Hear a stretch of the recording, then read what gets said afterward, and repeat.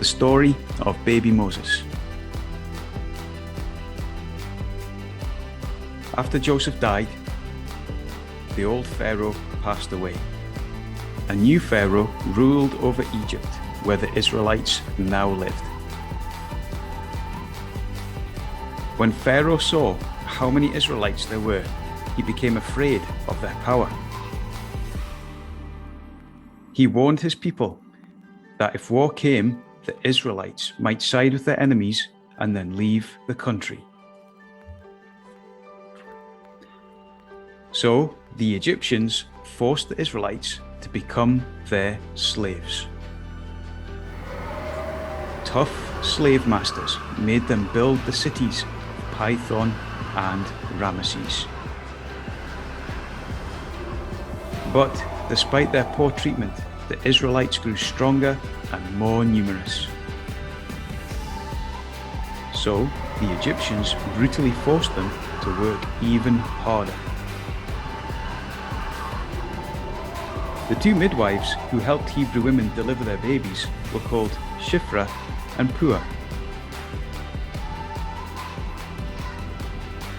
Pharaoh summoned them and ordered that if a Hebrew woman gave birth to a baby boy, they must kill it. Only if the baby was a girl could they let it live.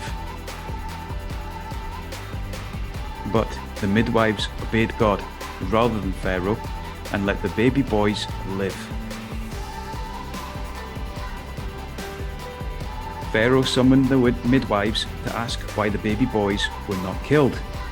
The excuse they gave was that the Hebrew women were giving birth to baby boys before they had a time to get to them. So Pharaoh gave orders to his people that every baby boy born to a Hebrew woman must be thrown into the river Nile. When a Hebrew man and his wife from the tribe of Levi had a baby boy, they hid him away from the Egyptians for 3 months.